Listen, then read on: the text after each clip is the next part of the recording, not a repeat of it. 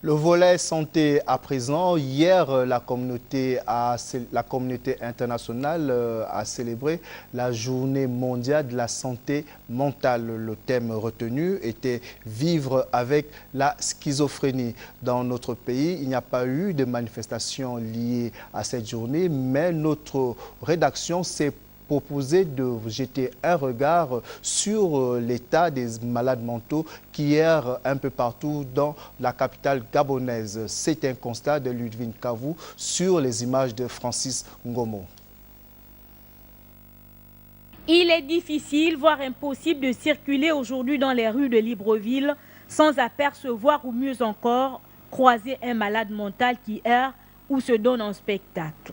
Agression physique sur les passants par les plus violents, repli sur soi-même, ceux qui se nourrissent dans les poubelles, ceux qui trouvent refuge sous les échangeurs, ceux qui marchent dénudés, bref, une situation de désolation qui porte atteinte à la dignité humaine et interpelle autorités compétentes et parents au moment où la planète entière célèbre la santé mentale. La maladie mentale est par définition une maladie qui provoque des perturbations faibles et graves dans la pensée et sur les comportements avec pour résultat une incapacité de faire face aux exigences et aux routines de la vie. C'est en un mot le dysfonctionnement psychologique.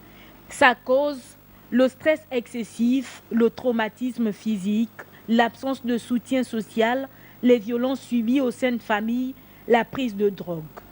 Les maladies mentales, il en existe près de 200. Parmi les plus fréquentes, la dépression, les troubles bipolaires, la démence et la schizophrénie, maladie sur laquelle repose le thème de la Journée mondiale de la santé mentale 2014, à savoir « Vivre avec la schizophrénie ». Au Gabon, on attribue 46% des hospitalisations du centre de santé mentale de Mélène à la schizophrénie. Au même titre que tous les autres cas précités de troubles mentaux, la schizophrénie peut se guérir. Mais pour le cas du Gabon actuellement, prendre en charge ou mieux encore guérir un malade mental relève simplement d'une vue de l'esprit. Pour cause, la grève observée depuis plusieurs semaines par les personnels administratifs et soignants de l'unique structure de prise en charge des malades mentaux du pays, le centre de santé mentale de Mélène. À notre passage sur les lieux au moment où se célèbre à travers le monde la santé mentale, c'est un hôpital vidé de son personnel soignant, administratif, mais aussi de ses patients qui nous accueillent.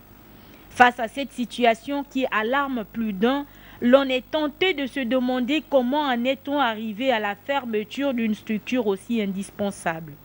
A-t-on pensé à la menace que représentent les malades mentaux pour les autres citoyens? Les malades mentaux sont-ils condamnés à errer et à se donner un spectacle dans les rues et autres lieux publics de Libreville?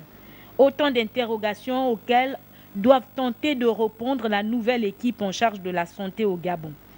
Une chose est certaine, les troubles psychiatriques pris en charge améliorent le pronostic et la qualité de vie des patients. Les Gabonais vivant avec les troubles mentaux sont des citoyens qui méritent au même titre que les autres une attention particulière.